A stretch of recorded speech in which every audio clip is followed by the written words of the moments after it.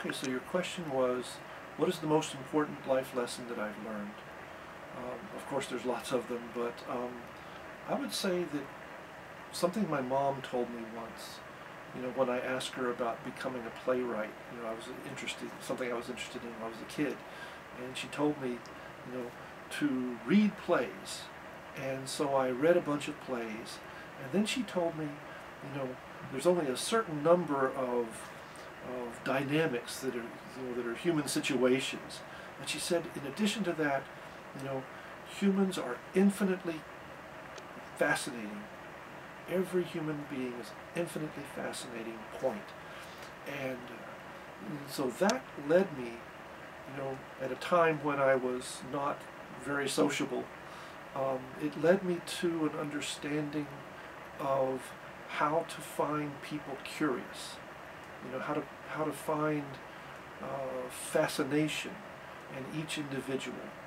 And so what I did was I went from being kind of in the 60s, kind of bitter about all that was going on that was wrong,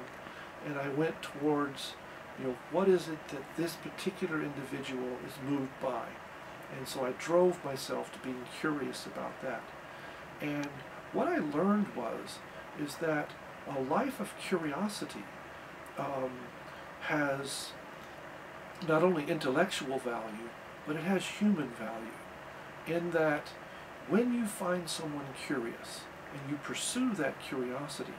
what you end up with is a level of sensitivity, a level of nuance into what's going on with them. You end up with compassion for who they are, what they're about, what's going on with them. And so when you're there, you're not only learning about them, you're learning about their life circumstances, but you're learning about the human condition,